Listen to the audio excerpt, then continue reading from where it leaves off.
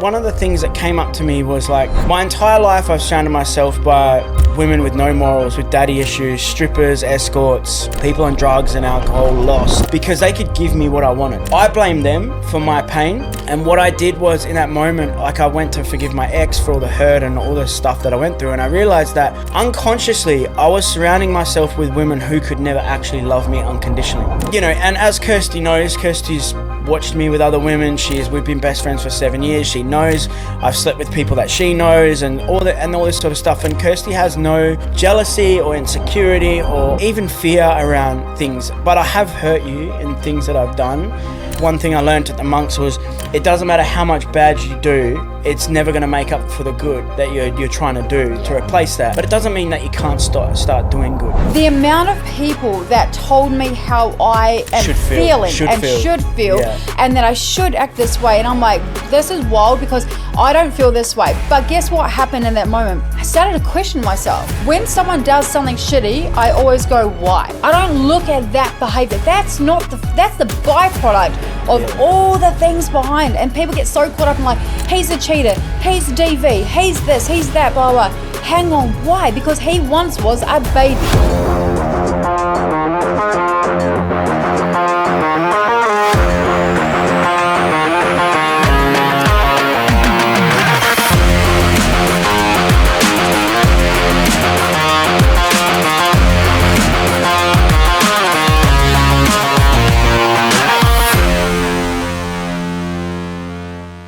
What is up, crew, and welcome to another episode of Spill the Tea with Beau and Kirsty. And Beau's back. And I'm back. Beau's back. It's been a hot minute. We're in Austin, Texas. We've been in New York. We've been to Turkey. We've been to London. We've been to Dubai. I've been to Thailand. Holy shit, I've had some flights. Such a small And do you know what? I'm going to let you out on a little bit of a secret. I actually hate flying. Sometimes I'm good, sometimes I'm not. If I have a few beers before I get on the plane, sometimes that helps. What happened when we got into Austin? We landed in Dallas because the flight, the weather was so bad, and then this is Beau's worst nightmare. Oh man! Literally the worst nightmare could happen when the turbulence, and when so we got into Dallas, and then I woke up. So I never sleep on the plane, hardly ever.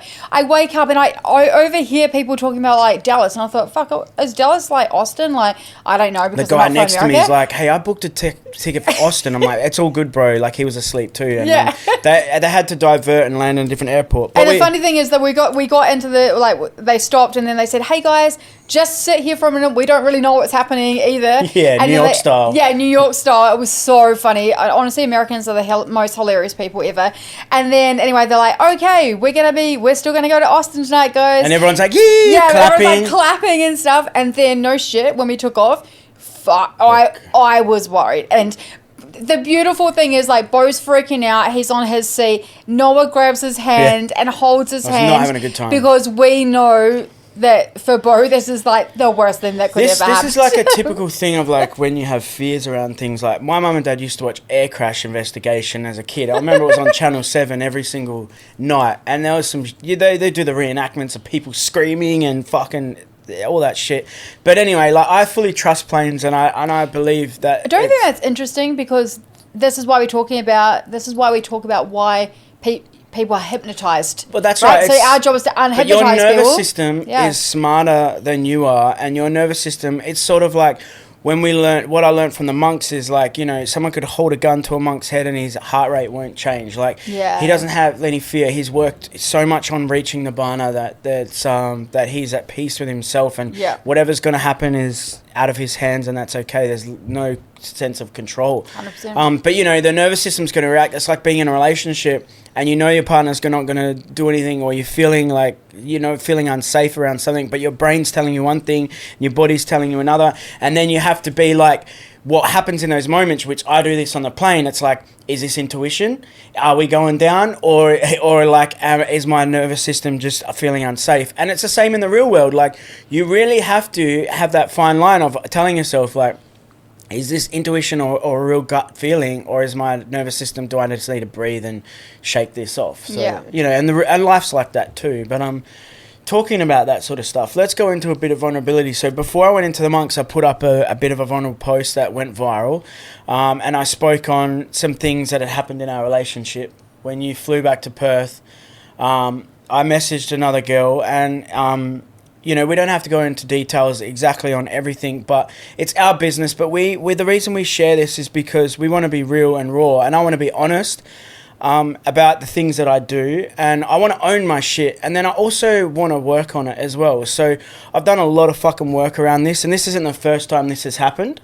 And I want to go back to, you know, really about why I do the things I do. So, you know, what I did is I wrote on in my journal while I was away with the monks, and I said that you know, that when I was at the age of 16, I first found sex, and I first found attention from girls. And I remember through primary school, I had like obsession with girls, and, you know, all these sorts of things happening to me. And I was hurt a lot at a young age by women, and had trust issues. And what happened was I ended up like, you know, I was calling it a player or whatever, but I was like really obsessed with sex and attention from women, and we played spin the bottle at a young age. We used to kiss behind the shed at the school and stuff like that, and that used to make me feel something. I felt something in that, and I attached that feeling to love and being wanted, and also it filled up a cup for me, like a validation cup, and I felt something in that moment when I had that attention or whatever. That brought me into some really toxic relationships later on in my life, until a point where I hated women. And I hate to say that because, like, it's a really nasty thing to say, but I didn't trust them. Then I worked in adult shops, so I saw a lot of really seedy and bad things in women there, so that just concreted in for me for a lot of other things.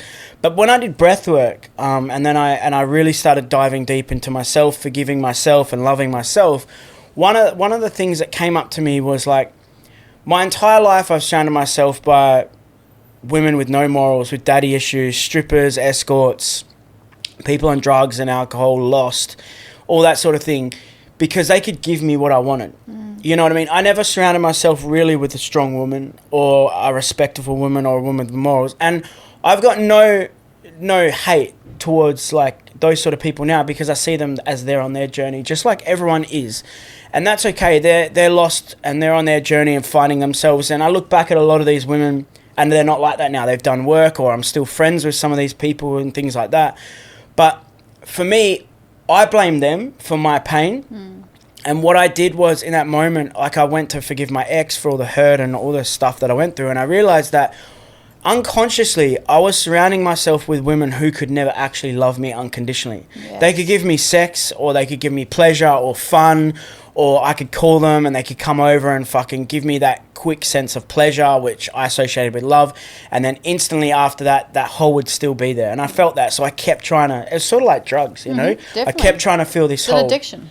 So, you know, and as Kirsty knows, Kirsty's watched me with other women. We've been best friends for 7 years. She knows I've slept with people that she knows, and all this sort of stuff. And Kirsty has no jealousy or insecurity or even fear around things. But I have hurt you in things that I've done, and, you know, I'm not here to fucking tell you that, you know, that's okay. Like one thing I learned at the monks was, it doesn't matter how much bad you do, it's never going to make up for the good that you're trying to do to replace that. But it doesn't mean that you can't start doing good. 100%. And we're also human beings. We also make mistakes, which that doesn't... I'm not trying to justify what I've done and be like, oh, you know, I deserve forgiveness or whatever.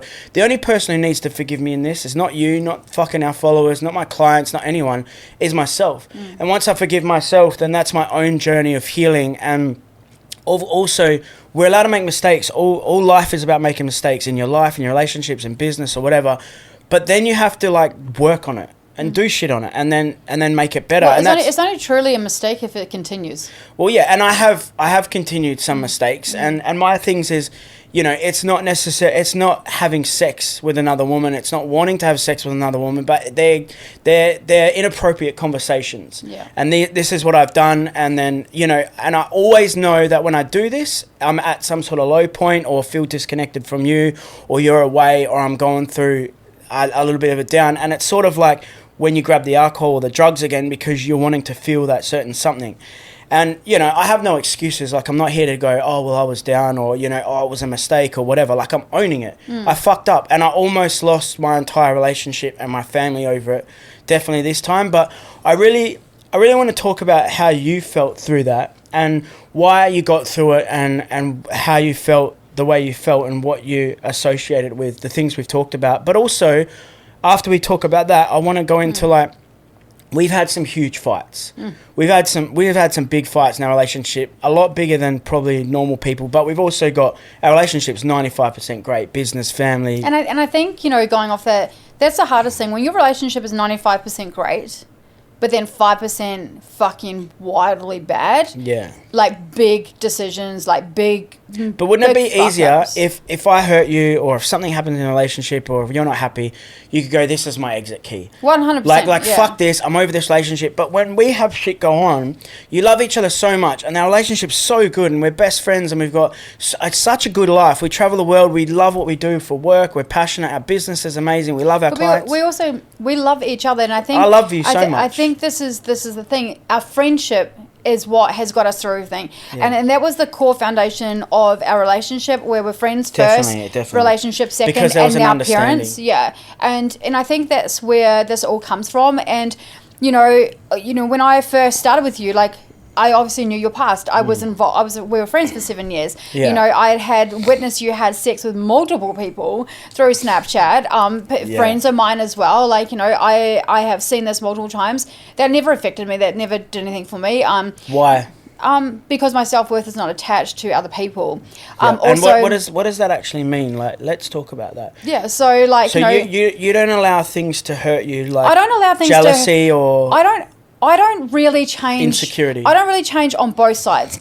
I get amazing compliments every single day. It doesn't make me feel any better than what I already feel. Nor when I get a complaint or someone saying shit about me, it doesn't change how I feel. I'm actually a very centered person. Perfect and I'm words. centered because I'm okay with myself. I do not need validation from my clients to make me feel better, and I don't care if someone doesn't like me anymore. And that has been my solid work over, like, I'm 41 now. Crazy. Would you say you don't need something external to lift you up, and something external also can't bring you down? Neither. Yeah, I don't need it. It's a beautiful place and to be. I don't and I think that's why, you know, everything I ever do literally comes from integrity. And so, like, even, like, you know, when we go back to, you know, 2022 when we got slammed and shit, I'm like, that's crazy, because everything I've ever done is with integrity. It's always been for the good of other people. That's how I work. Yeah. And my thing is that, you know, we got told, like, when that post came out, the amount of people that told me how I am should feel, and that I should act this way, and I'm like, this is wild, because I don't feel this way. But guess what happened in that moment? I started to question myself.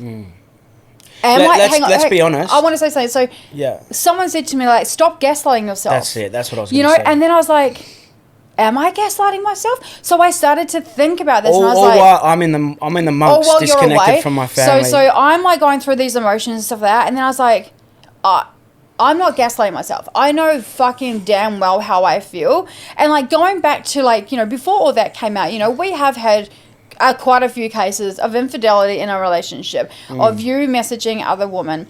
And don't get me wrong, for everybody listening to this, does it hurt? Of course it does. 100%. You know, I also look at my family. I look at Harvey. You know, I also don't want Harvey to be that version of you. I don't want him to do that type of stuff. So I'm always you're a role model. You're a leader. Like, I feel like some stuff's coming through from my real father as well, who I've never met. 100%. Also, again, not an excuse. No, but it's not an excuse. But it's also understanding the characteristics. Trying to understand who you are as well. The characteristics of a human, and this is why I've always had a very, very good way of, when someone does something shitty, I always go, why? Yeah. I don't look at that behavior. That's the byproduct of all the things behind. And people get so caught up in, like, he's a cheater, he's a DV, he's this, he's that, blah, blah. Hang on, why? Because he once was a baby. Yeah. A clean slate baby. Innocent. No problems, not wanting to hurt anyone. That baby had normal instincts of wanting to eat, cry, be nurtured, be loved, have a drink, all that kind of stuff. that was the baby born. And this is why I always go back to that method. So when we were obviously first together, you know, I had seen and been involved in so many things with you, 7 years of on and off friendship. I think there was a false sense of security for me at one stage because I believed you had done so much in your past. It actually made me feel more security. I have had a colourful life. You've had a colourful life. And I think a lot of people, and I hear this in friends all the time, oh, you know, and they're looking at the person's past and then judging them on that. And I'm like, you know, and to be honest, when we first got together, there was a couple of people that you got super funny about when we were together, and there was a slight sort of jealousy and stuff. I also seen you hook up with other guys and have other partners, and your exes had come around to our house while we were together, and that for me was like, I was sort of uncomfortable with that back then. And isn't that interesting? Because for me, when I've learnt a lot from you as well. Yeah, and I've grown a lot. But also, even back to like how you were saying living centre. Yeah. When we first were together, I was not centre at all. Everything would affect me. If someone said something good about me, I'd be all happy and like, oh yeah, I got this compliment or good stuff. And then if I got, you know, shit on social media, you would watch my energy down. But now, like you would try to prove yourself. Exactly. But now you even seen like we've get emails from old clients saying you guys have changed and you guys raised your prices and fuck you guys and like blah blah. And we're like, okay, that's cool if you want to live in a victim mindset. But the old me would probably fawn and be like, I'm so sorry. Like, hey, I'll give you a free ticket. Come along. But at the end of the day, my thing is like, I can't help you when you sit in that victim mindset. Like, if you come to our event or join our program, your life's gonna fucking change. But if you sit over there and blame and point fingers and blah blah blah, and I literally got told the other day, when we know we've just released the world tour, that you're not special. That I'm not special. Who do you think you are? And that you've made me feel inadequate by the way that you have been showing up online. We're gonna do a post on this, and I was like, hang on a minute. So you are blaming me. I don't even know who this person is, but they know everything about me. I was also told that, you know, you didn't comment on my post. I have no idea who she is. But the entitlement as well was she said, I'm never going to share your stuff again, in brackets, like I previously did. Yeah. Like, that's okay. Like, we're okay with that. Like, we don't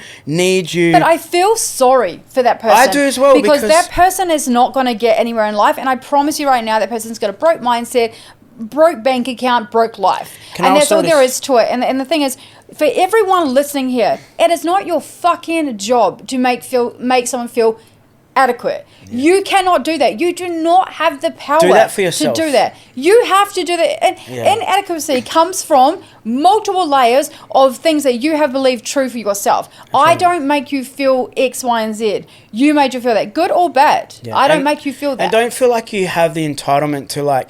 My funniest thing is when these people like, when I left the monks, I did all these videos on the monkhood, and people like fucking trying to tell me how monks should and shouldn't live, and I'm like, I just spent 35 days with some of the most, you know, the most experienced monks in the world in Thailand. Like, some of these people I met were like huge, like people, you know. And very deep into the monk life and stuff like that. And people are like, oh, what, you just go and ordain as a monk and blah, blah, blah. And I'm like, do you know anything? Like, monks, I'll talk about it on the next podcast because it's all about the monks. But I'm like, these people feel, I'm like, who do you know that's been a monk? Oh, I know, I know stuff. And I'm like, what? I've watched some Tell me what you know. Stuff. And then this person turned around to me and said, oh, I've followed you for 3 years and I used to like you and now I don't. And I'm like, but why should that affect me? And why do you want it to affect me? And the thing is, like, you're not, like, people think they're so entitled that because they follow you, you owe them something. Like, go tell that to Kim Kardashian, you know what I mean? Like, go tell Kim that she should change her shit with Skims and her makeup line and the way she works because of what you think sitting on your fucking couch at home telling her how to live her life. And this comes back to the other thing of all these people who think they have an opinion on our relationship when they don't actually know the full story. They don't even know us. They're not in our life. They don't know our family, our friends, our past, our stories either. Apart from what we share, and they come on to you and tell you how you should feel and how you should treat your relationship.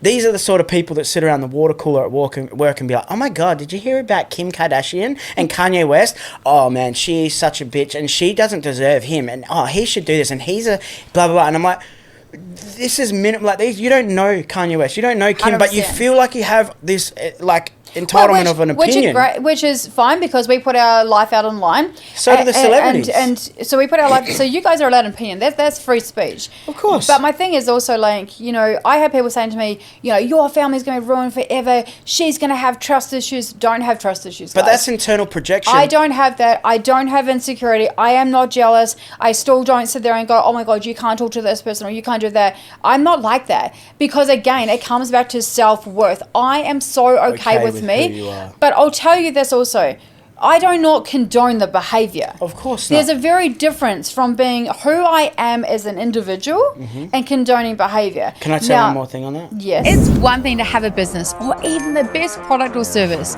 but let's be real. When no-face Jackie32 jumps on Instagram throwing those nasty comments and you make it mean something about you, it doesn't matter how good your business is, you will crumble. That's why you need us. Welcome to We Breathe Success, the ultimate experience for aspiring business owners, entrepreneurs, and coaches who are ready to break through to the next level. Hi, I'm Kirsty Waddingham. And I'm Beau Drury.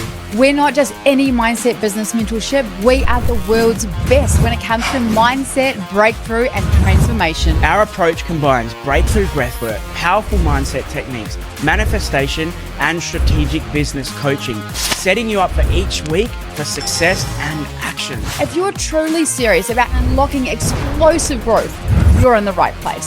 Success starts with one essential foundation, your mindset. Without it, even the best business strategies will fall apart. That's why we go deeper than traditional coaching. We offer advanced biohacking and mindset reprogram. Your network is your net worth, and now you have access to ours. With all of this, success isn't just a possibility, it's your only option. We're here to help you break through your old limits, step into extraordinary success, and create unstoppable momentum for growth. We cover it all: mindset, somatic strategy, community, and connection. So are you ready to be the leader, visionary, and powerhouse that you were meant to be? Click the link below. Let's book a call.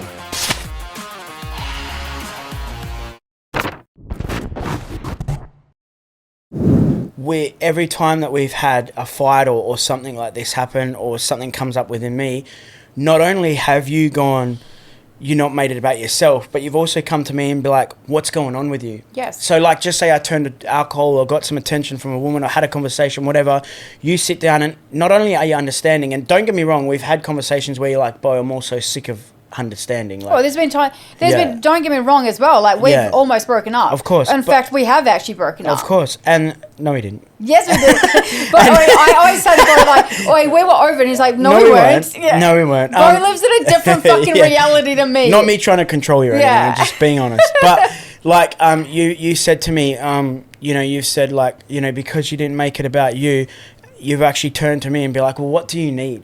Like, what's going on with you? And then what work do you need to do? So not only did I do more breath work or more practices, but we connected over so many deep conversations. I opened up about some shit that I hadn't been talking about that had been going on with me, which was really emotional. You know, you then come out and said, well, look, I want you to explain it, but you also started putting your stuff on the table. You're like, do you know what? I've been real masculine lately. I've been working. And I think can't be sexy for you. This is exactly right. And like, so, you know, when we go through this, you can't just blame the person for what they do. Again, I'm not condoning the behavior, but I'm taking accountability. Yeah, you have to take responsibility for your own stuff. So I know that, you know, I sit in a very masculine role, and the only time when I actually truly sit in a soft, vulnerable role is usually after something like this. Now, and I feel and we have the greatest sex you'd ever think of. And my body drops in, right? Yep, and I take surrender, full control. and you can feel that. And I'm like, this is the passion. And I, like I said last time, I said, like when I come back away from the monks, I said, I never want us to have to reach a point of breakdown or fighting or whatever. To get to this point get of to that softness, like really hot sexual, you're vulnerable, you're letting me take control. We're using toys, handcuffs, blindfolds, rope, all the crazy shit. Okay. Which you love. No, it's cool. We can talk about it. But you love all that shit. But also you get into this hyper working, masculine, stressed out stage. You become a mum, you become a business owner, you're looking after all the clients, all of our team, and you get to a point where you go up, and then my feminine drops, and then that turns you off. So you're at me like you're fucking, because you hate a weak man. I do, because of your father and other stuff. But you hate weak men, and you've had to take control so many times because of your past relationships and baby daddies. So you've always stepped up, and then you kind of like, I feel like when I step up, you kind of go on top of me. It's like a defense mechanism or a coping mechanism. And then I'm like, no, I'm going to fucking really put my foot down and turn control. And then you're like, no, you're fucking not. And then there's a point where I give up and I'm like, all right. And I go into feminine. And I think this is the thing, like, and I hate that. Yeah. And then I'm turned off. Because you're turned off because I'm so masculine. I'm turned off because you got into feminine. And then we're like this. And then's the disconnect. But we're still best friends. We're not fighting in this moment. Let me just say. No, we're just disconnected. The energy's disconnected. We're just like, boom, I'm we're doing still my laughing. thing. We still talk. We still text each other every day. But emotionally and sexually, we're disconnected. Sexually, it goes like that. And then that's when I kind of feel like, I have a conversation. And when I talk about inappropriate conversations, it's nothing about my dick or their vagina or anything like that. It's just me saying might be asking a question, Have you ever had a threesome before? Or like I trail off into a conversation that shouldn't, or they say something and I bite to it, or I throw something out and like a fishing, how do you say it? Yeah, like and then they take the bite, they take the bait, sorry. And then I go, and then the conversation's fine, and then I step over the line with something I shouldn't have said. And then straight away I go... To be honest, you stepped over the line the moment you asked them if they're into threesomes. Yeah, well, that's exactly right. We're talking about... I can't remember the exact another thing is like, guys don't get shit from me. I get messages all the time and they just get blocked. This is not even... I don't even entertain it. I don't give a fuck. Like, even when you're single. Even when I was single. Like, I knew what you were like when you were single. I just do not care. You hate But men. also, you have seen me leave a person that I absolutely loved as well because I had to. Yeah. He gave me no choices. And to leave someone that you absolutely love, not that you wanted to, is one of the hardest things to do. But also, like, going through infidelity, it puts shadow on a lot of things. And always, for me, I've always, like I said, I've always gone back to going, okay, cool. Where have I played a part in this? Where have I been, have I been softer for Beau? Like, Beau's love language is physical touch. He does an acts of service, and I'm definitely not a fucking acts of service girl. Like, he's great acts of service for me. And this is also why you need to know your love languages, because when I've been super, super down going through my shit, I need him to be there for me. I need him to hug me, hold me, tell me everything's going to be okay. His thing, because his love language is acts of service, he's like, hey, I'll try at the house, I'll take the kids away, let you do your thing so you can go do it. And then guess what happens? I get abandoned. My abandonment issues come up. So that's where my stuff comes from. So I'm always like, and this is taking, 7 years we've been together. It's probably in the last 1 to 2 years where you've truly understood that, and then now you can hold me and not remove yourself. Give me the space that I need it, but not in that abandonment stage. I know when you need it. And follow your cycle of what you need. Follow my cycle. So you're very good at like understanding my whole cycle way more than me, which is like when you come in being a total bitch and I'm like, it's that time of the month. Yeah, and he's like, relax, it's take okay. a breath. He's like, it's okay. 5 days later, she's going to be loving me and stuff. Yeah. But also, like, for me to understand that Beau associates love with sex. After he's had sex, he feels loved. It's very different for me. I have to be obviously in the mood. I have to be turned on. Like, I like sensual. Are like that, then I think we were talking about today as well, like what men's needs are primarily. So underneath all of our, emotion and emotional more connection. Like our evolved brain, living in society and stuff. Like, you take yourselves back when humans were Neanderthals or monkeys or whatever. Like, we have instincts, right? And men's job is to reproduce, and women's job is to hold babies. But the truth is, men and women are different. 100%. We are literally created different. So I look at you sometimes, I'm like, why the fuck would you do that? Why the fuck did you say that? And it just made no sense for me whatsoever. And I'm like, but once I explain it, you're like, okay, cool, I can see where you came from that. For me, it just makes no logical sense. And then you'll do things and...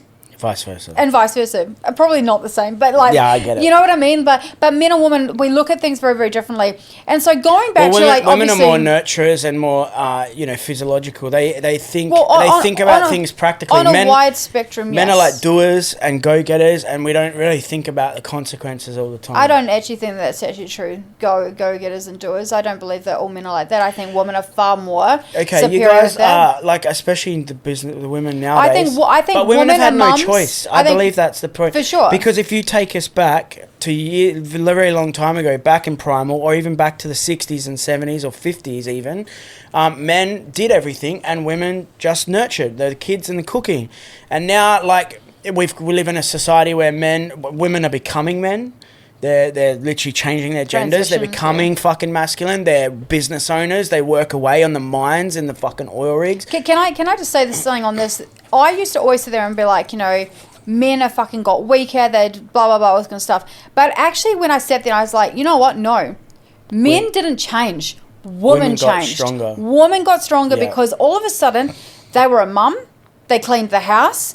They had businesses and they were making their own money. Men didn't evolve. That's how I truly feel. But men didn't evolve and step up and change and evolve with the times. They were set with like, I'm the provider, I'm this, blah, blah. Yeah. Now, in our relationship, I'm the provider. I make all the money in here, and we have a very different role. You look after the kids. You look after me. You nurture me. You book all my appointments for my nails, my hair, all the coaching my restaurants, and the stage stuff like that. You do all the big presentations. You like the, you know, like dinner. I'm not so much like that. I like doing the events, the planning. I don't actually like the big fucking stage. And I think this is where people have to realize that relationships are different, and where we work is that me and Beau are very, very different in the way we think. You have very much a worker mentality. I'm very entrepreneurial. All I think about is business. I wake up, I think about business, I go to sleep, I'm dreaming about business. I'm obsessed with business and I love it. And, you know, at the moment, you know, we just launched our second company, Empire Agency, and we made 6 figures in 4 weeks. Yeah. Now that role, that company, which is a done-for-you agency, so we can do all of your marketing, your back end, your automations, your sales funnels, absolutely everything. That was always a dream. I always wanted to do that because I've always said, if I could just have startups and sell them, I'd be happy. Now we've built that. Now, and this is the thing in relationships. Every relationship is different. And so when we went through our infidelity and we were very honest on stage, we got to speak on your post. We did that for one reason only. We're leaders in this space. People look up to us. Now, I have always said, don't think that me and Beau are perfect. No. Don't think that I don't fucking lose my shit with my kids sometimes. Yes. Just because we have the tools doesn't mean we don't fuck up and make mistakes. 100%. And I think it's so fucking important because there's so many spiritual leaders out there, healers, breath workers, practitioners, facilitators in this space that preach that they live a certain way and they don't. And they're hiding behind it. And they're hiding behind it. And for me, I'm like, you know what? No, we fucked up. Both fucked up. We had infidelity in our relationship. I also was on stage for like a year and on social media for a year where I was pretending to be someone I wasn't. Yep. I didn't drink. I stopped swearing. Like I tried to fit into this spiritual world, and then I got shut down by that world. And that's when I really was like, "Fuck this! I'm going to be who the fuck I want." People are literally going to hate you no matter what. Exactly. So fucking at least be yourself and be hated for that. That's when I started being real and honest about who I was, and that I like having a beer and I like to eat a burger and blah blah blah. And I had mates of mine message me and be like, "Oh, that shit's bad for you." I'm like, so is fucking smoking crack. Like, you know what I mean? So is fucking the shit that you do in your life. But you look at me like, because I do breath work, that I'm supposed to be this wholesome person. Like, no. And when I left the monks, I did say, like, I will have a wine with my partner when I leave here. I will have a beer with the boys or beer while watching some sport or something like that, because that I'm not going to lie to myself about. You can lie to everyone else, but you cannot lie to yourself. 100%. And I didn't want to lie to myself, so I stepped into myself. My authenticity came through amazingly. It felt good. I let go of so much guilt and shame and that hiding, how free did you anxiety, feel? How free? And then we actually started to attract clients that we really loved. Yeah. But the old ones, they turned on us. Yeah. And when I say this, like we were in the trauma field heavily, and the trauma field is held by a lot of people who sit in a victim mindset. And I can say this because I've had anxiety cripplingly and depression, and I've suicidal thoughts, and I've been in really fucking dark places, and you have as well, if not more than me. But we made choices. We made choices to better our life. We made choices to do breath work. We learned so much about the body. We did it. We implemented everything. And we speak on everything we speak on because we want it to hit people. Like everything that we say on this podcast is because I want someone to go home and go, holy fuck, that's my life.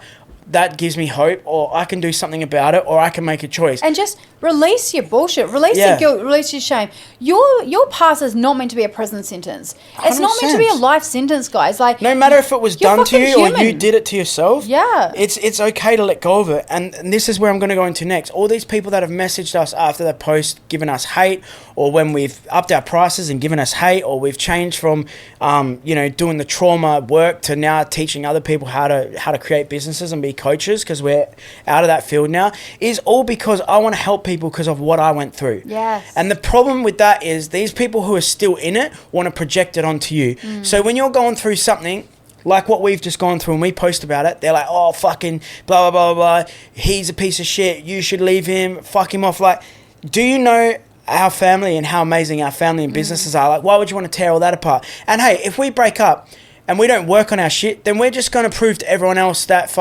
that's the fucking way life is. Whenever people don't want to do the hard shit. That's right. And they don't want to work on stuff. Whenever we've had a big fight, I've worked on some shit. We've had some deep conversations, and so much amazing shit has come out of it. And this is what I want to say. If you lead with hatred, hurt, and pain in your heart, that is exactly what you'll get back from your life. And if you can't see forgiveness in me, even though I don't need your forgiveness, I don't need Jackie69 to message me on social media and be like, hey, I forgive you. Keep going in your relationship. You do you, boo. I don't need that shit. Yeah. I don't need you. I don't need you to look me in the eyes and be like, Beau, I forgive you. I love you. No, because not only do I not deserve that, but I need to work on my shit. I need to let go of it and then deal with it, and then also understand it and work through it. And then I need to forgive myself. And then when I reach that point of me, then I can love you. Yeah. And then it's up to you whether you want to forgive me in your own time, or you want to chat about things that, maybe there's some old shit that comes up every now and again, and you're like, I'm feeling a bit like this, and then we have a good chat or whatever. That's cool to be honest about that. But at the end of the day, I'm not on this planet Earth to impress anyone. Like, I'm not here, and I've lived a life like that where I try to impress everyone. I try to fit in groups. I try to hang out with bikies because I wanted to be someone and be cool, and I hung out with different friends groups that weren't good. But now I'm at a point in my life where I'm like, at the end of the day, these people, if they can't see forgiveness in me, they're still hating the person that hurt them. Yes. They can't forgive themselves. They can't look in the mirror and forgive themselves for the drugs they've done, for the cheating they've done, for being cheated on. And they're living with all of that in their heart. And that is a projection of how your life will look in every area unconsciously. And this is, again, why mindset is so important. The 100%. Way that you view things, the way that you see things. And I've always had an extremely crazy way of viewing things, even from a very, very young age. I was pregnant with Carson 20 years ago. My partner was in jail. He came out, he was my DV relationship.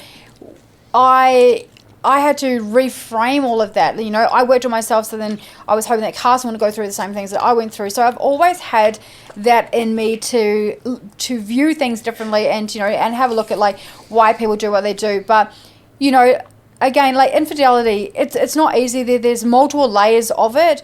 But again, if you remove your self-worth to what your partner does, like I never sat there and was like, why would you do this to me? How could you hurt me? Do you not love me? All of that kind of stuff. Because I know that Beau loves me. That's not the problem here. I know that we're best friends. I know that we have the most incredible life. I know that 95% of our relationship is great. I don't sit there and go, why do you do this?